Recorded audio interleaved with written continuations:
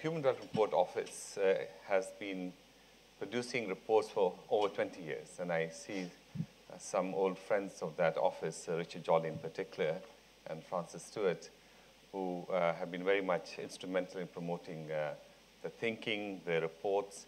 And in some ways, this has been an extraordinary partnership between two individuals in particular, Mahbub al-Haq, who led this office and the report thinking ideas for the first 6 years. So Richard took over for the next 5 years.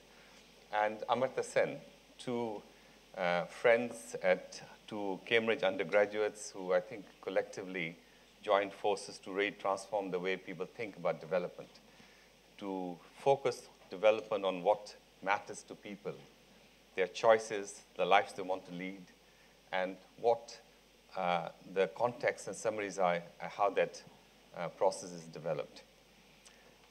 This year's report is about the rise of the South. And if you think about it, the last couple of years, there's been a lot of conversation about the BRICS, Brazil, Russia, India, China. China especially, and the conversation has been a lot about incomes mostly. And it's been always about how rapidly these countries are moving. And what this report tries to do is to understand that there's a much larger story underway. At least 40+ countries are doing better than expected in human development terms, and that's important to emphasize. And that we are in a process in the center of a transition which is tectonic in nature. If the Industrial Revolution was a story about 100 million people, this is a story about a couple of billion people.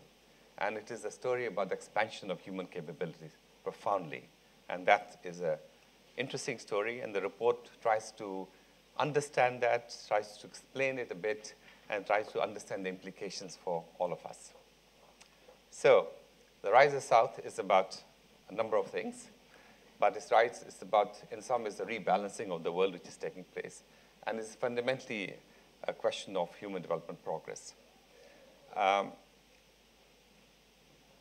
I'm going to, in the first set of slides, anchor this conversation and give you, in a very broad brush way, some of the big picture headlines, as it were. We did a global launch of the report in Mexico with the new president the 14th of March, and we've been basically all around the world trying to talk about some of these matters. This is a very interesting slide. It tries to take up 3 countries, Brazil, India, and China, in terms of the world output, and then to contrast with the 6 traditional industrialized countries, Germany, France, Italy, UK, US, Canada. It does not have Japan, and because Japan we wanted to present as a first rise of the South in a way. And you essentially see that there's a huge global rebalancing which is taking place, and it's taking place quite fast. And that's another sub-story of the report. Another interesting feature, South-South trade and North-North trade are getting quite similar as a proportion of total world merchandise trade. A little less than 30% both, but getting quite close. And if you were to project this in the future, you can see that they will probably join rather soon. And this is where we try to highlight that at least 40+ countries are doing much better than expected. And this progress seems to accelerate in the last decade. And that's the other part of the story. It's not just a few countries in a given region, but it is quite spread out. Rwanda, Bangladesh, Laos, PDR, Ghana, Tunisia, Turkey, all sharing in this tremendous progress which is explaining. There's another slide which is also quite interesting. And then what we did was to take 18 of these countries and really do an in-depth study on what was working and why was it working. And I'll come back to that. This is an interesting slide. And it's a kind of heartening slide, because what it says is that countries in the lower end of the human development spectrum, the low HDI countries, are doing better and accelerating better, faster than could have been expected, and particularly over the last decade. Quite heartening in that sense. You see the low HDI countries accelerating quite a lot. Now, of course, people talk about convergence, and I'm never quite certain what convergence actually means because they talk about incomes. And I think convergence is a very misleading term, at least as far as I can understand. So I'm not talking about convergence here, but I'm just saying that over the last decade, countries at the lower end of the spectrum of human development progress are doing much better. Huh? This is quite a remarkable, and here we're not trying to take any credit for defining the middle class. Middle class is, the notion of a middle class is changing very rapidly as well. People who are better educated, are globally connected, think themselves of being in the middle class, even if the income levels may not be quite there. But this is a more traditional definition of the middle class here. And what is fascinating is that currently about 1.8 billion people are middle class, most of them in Europe and North America. By 2030, will go up to $4.9 billion people in middle class, and 2/3 of that will be in Asia. So the world, as we know, is changing, and is changing rapidly, and will continue to do so for the next generations. Another interesting slide. Already in the developing world, there are more internet users, twice as many, than in the developed world. And this is, you know, a couple of years ago when we launched the global report in 2010, we applauded the progress in countries like Tunisia, Morocco, Egypt. And just a little later, Arab Spring took place exactly in those countries. And this is trying to understand why. And basically what it means is that people are better educated, they're better connected, they know what's happening around the world, they also demand more. So if the jobs lag behind, or if they are not treated with dignity, there's a renegotiation of the link between citizen and state. So then comes the kind of some obvious questions. Why have some countries done better than others? Is there a possibility to learn from them? Are there some possible common drivers? And 3 drivers kind of really got highlighted. And this is based on the 18-country in-depth conversation which we had. The question of the state, the question of global markets, and question how we deal with social policy. And I'll address all 3 particular quote-unquote drivers. Now, developmental state is a term which has had a bad rap. The East Asian countries were in the 70s and 80s, 90s, very much seen as active developmental state, but there's also a kind of negative connotation that somehow they're anti-human rights and they're not quite good states in them. But the reality is that I think this debate between state and market was never a good debate. You need both fundamentally. But if you do not have a committed leadership, a competent bureaucracy, it's very difficult to accelerate and promote development. And remember, we're talking about human development progress. These examples, and when we look at the countries, you see that different countries took up different policies at different stages of development. Korea went from import substitution to export promotion. You had, I think, variety of Chile subsidized research partnership between private firms and universities. Rwanda boosted its jobs in tourism and put a premium on educating girls. And Brazil built a world-class aviation industry.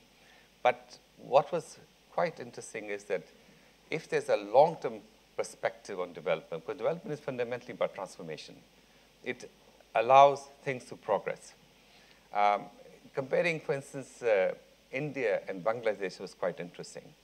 You saw that India has been seen as a high-income, rapidly moving country, yet in terms of most measures of human development, Bangladesh seems to have done well. Public investment, health, and education. There's some conversation in the report about public goods, and the question of public provision of socialists becomes quite important. Job creation, but if you do not have an active development at state, it's quite difficult to move things forward. I'll take the case of my own country, Pakistan, that where a leadership and a bureaucracy essentially hesitate in advancing progress. It's very difficult to move things forward. And if the leadership feels that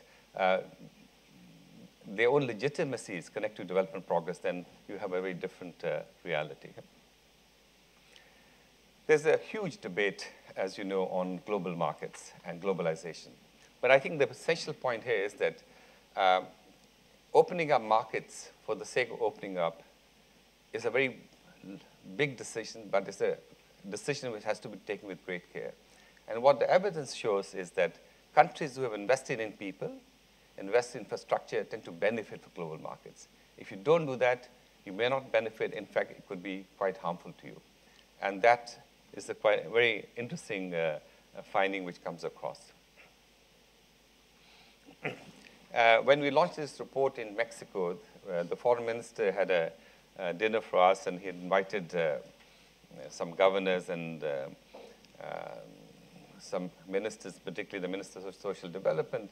And we had praised the Oportunidades program in Mexico and also highlighted how Mayor Bloomberg went to Mexico to learn about poverty reduction experience, which he then transplanted to New York City. And here the Minister of Social Development saying, well, you know, actually this lump sum social transfers were helpful, but there was a big but because it's creating dependency, and they have not created kind of sustainability in a sense. And I think we had an interesting conversation where social policies are at least as important as economic policies if you really believe in transforming economy and society. But at some point, they also have to be connected to economic policies. So job creation becomes an essential part of how you look at advancing progress generally. You also have an interesting situation in Brazil, which has not necessarily grown fast in economic terms, 2-3% growth rates. But through their Bolsa Familia program, they managed to extend development benefits to quite a large number of people who now consider themselves part of the middle class and become part of markets. And there's a sense of growing prosperity, even despite relatively small growth rates. So then the next question comes is, can this thing be sustained in the future? What are the possible challenges for generations to come? And here we kind of highlight 4 challenges. The challenge of equity, challenges of voice and accountability, the challenges of the environment, the challenges of demography. Did some interesting work at our office where both for developed and developing countries, the data very much shows that equal societies do better on almost all measures of human development than unequal societies. So therefore, the direction, the movement to a less unequal society is a very important movement. And therefore, countries which can do that can also increase prosperity for a large number of people. And that's the important finding. Another equally important finding, of course, is on the issue of women's education. The closest you can get to a silver bullet. Educating girls through adulthood is perhaps the single most effective route to positive social change.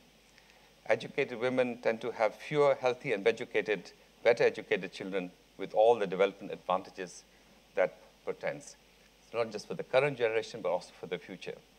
We also, in the report, tried to talk about going beyond individual capabilities. And Francis and I had a very interesting conversation with Amartya Sen on it. The thrust of human development is very much on the individual. And at the same time, how individuals relate to each other is profoundly important in terms of how societies endure, how they're cohesive, how they move forward. And therefore, participation and inclusion become quite important in essential stability and social cohesion.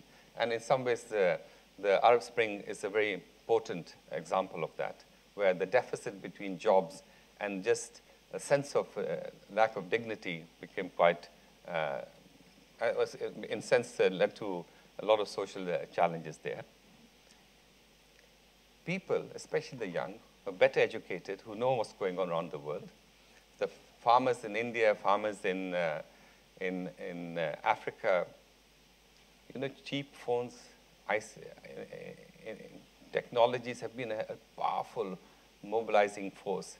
They know not only the price of their commodities, but they also know what's happening in Europe and in the US. So when that happens, your expectations of the state, of your own conditions change quite profoundly. And this is as true of India of China as it is others. There was this, a couple of years ago, a very famous incident in China about a train accident. And the first instinct of Chinese officials was to try to bury the evidence. Now, trying to think of burying an entire train is not a small thing. So, of course, people started taking little mini movies, putting it up on the blogs, and that forced the system and the premier to come about 6 days later and essentially commit the state to a very open, frank, free, fair investigation, and they fired a whole bunch of people. So accountability, and this is the force of history, which I don't think you can reverse that easily. Yeah? This is a very interesting diagram. And the same kind of result also holds when you're looking at per capita emissions. It plots human development indices on one axis and kind of biocapacity, ecological footprint. And what it essentially shows is that very few countries at this point are sustainable. Just the reality. And advanced economies, which are essentially to the right, the blue and white ones, are high human developed countries, but taking up a large footprint globally at the per capita level. So we have to find a way to bring them down. And the black ones, which are the poorer, the more developing countries, have to increase their development without necessarily moving up too much in terms of capacity. And that's true of per capita emissions. Huge implications for the future. And I think it's something one cannot but now confront and deal with. I was very struck at Rio. We were doing some presentations where the notion of ecological citizenship was advanced, that each individual, each citizen has the right and a commitment to do something about their planet and to push the politicians to do better. And I thought that was just about right. Huh? We have an advisory board, and Francis is part of the advisory board.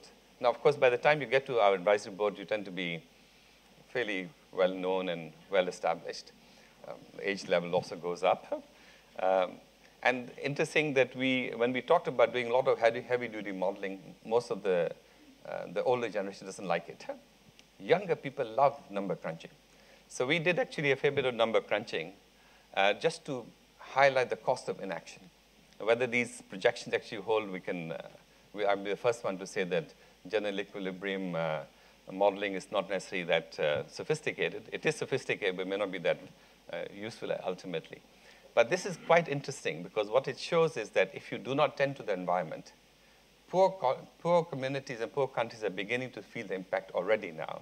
But if you project the extreme case, which is the environment disaster scenario, Africa, which is 1 billion people now, by 2050 it will be 2 billion people. Numbers of poor people will go up dramatically to 1 billion people. The base case scenario is generally positive policies moving forward will still keep it to a little less than 400 million people poor. But if certain policies are actively pushed, women's education, job creation, there's a possibility of actually eliminating poverty in Africa. And that's particularly true in South Asia as well. So interesting implications of the cost of inaction. I don't know if those who've been following say, there was a couple of years ago, a lot of books had come out comparing India and China. And the argument was that because demographic futures were different, somehow India would sustain itself at a much higher level for a much longer period than China, because China was getting old before it got rich. That's the phrase they use. And actually, the work is done here is quite interesting. A lot of demographic work was done. And what it showed is that actually both futures have to be managed. And the two key aspects of managing are, again, education, particularly women, and in terms of job creation, skills formation. If you don't do that, both futures can be quite challenging and difficult. There's been some other interesting work done in the report where they try to see why are fertility rates declining everywhere except some countries in Africa. And it's quite fascinating what was the outcome of that research studies. We could show that in the countries where the structure adjustment programs were most pronounced, the 80s, where health and education expenditures went down, 20 years later, the fertility risk went up. So the very powerful, and has implications that short-term policy have long-term consequences of a very profound character. So, what does it mean for a changed world? What are the opportunities for new development partnerships? In some ways, we are dealing with 20th century institutions are trying to grapple with 21st century realities, and things are not fitting easily or comfortably. And part of the challenge of non-performing global institutions has been a tremendous rise of regional mechanisms, regional institutions. For instance, the finance thing, after the Asian crisis, no one wanted to borrow from the IMF if you're a self-respecting country. And that led to a lot of accumulation of foreign exchange reserves, far beyond the level which is seen as insurance against exchange rates or trade movements. So what we have tried to highlight is to raise some principles. The principle of coherent pluralism. The argument being that you need both regional and global, but they have to act in better concert. And somehow we made some suggestions on how to look at that. We also looked at the global civil society. I talked about ecological citizenship. I think it's quite fascinating that in the last few decades, civil society networks have become quite global. And again, internet and connectivity is profoundly important in that sense. They have been pushing and promoting certain norms and asking for greater accountability. We also promoted a principle of responsible sovereignty.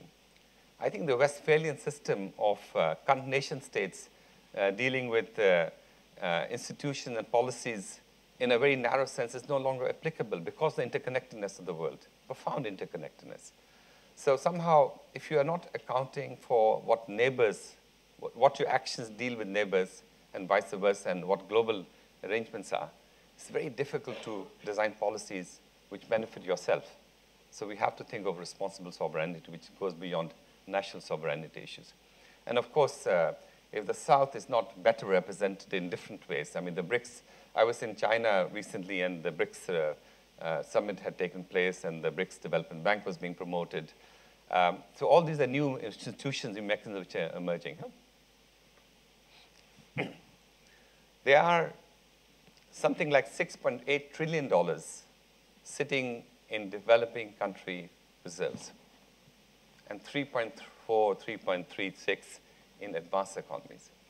And there's some work done in the report which says even a rather small percentage, 3% of that resources being directed to infrastructure upgrading in Africa would have a tremendous influence. And already you see beginning of some of that happening. But maybe in a new institutions, when you have a new world, rapidly changing world, you also need new institutions to bind it together, to facilitate regional integration and South-South relationships. And we also called for a new South Commission. When we launched this report in Mexico with the Mexican president, the former Chilean president, President Lago, was sitting next to me. And when I presented this thing, he said, yes, this is a great idea. He wants to be part of it. So clearly, there's some demand for it. And this is the final slide. Africa is doing better. And you see a lot of stories out there that income has gone up, growth rates are doing well. But actually, job creation has not kept up in the same way. East Asia was doing better at the comparable levels of income than Africa. So that has to really move forward. So that's why we try to bring together this evidence from looking at all of this thing. The rising economic strength must be matched by a full commitment to human development. Human development investments and looking at a broader frame of reference matters profoundly. 40 countries are doing better than expected, but that's not all developing countries. So there's a huge opportunity of learning from each other. I think this notion of context matter is profoundly important, but learning from each other is equally so. I think we talked about the greater representation of the South and civil society can accelerate progress on major development and global challenges. We made an argument that we are at a verge of a period of history where if things are done well, it can actually lead to a greater supply of public goods. I was very pleased that the Secretary General had asked for a briefing for himself and his seniors in the UN system on the report and the implications this may have for the way we look at things. For instance, the DCF, the Development Forum of the UN, can be strengthened, can we make it more robust and useful? Now, this may appear, the report may appear that somehow we are talking about a decoupling. Far from it. We're not talking about that. We're not advocating it.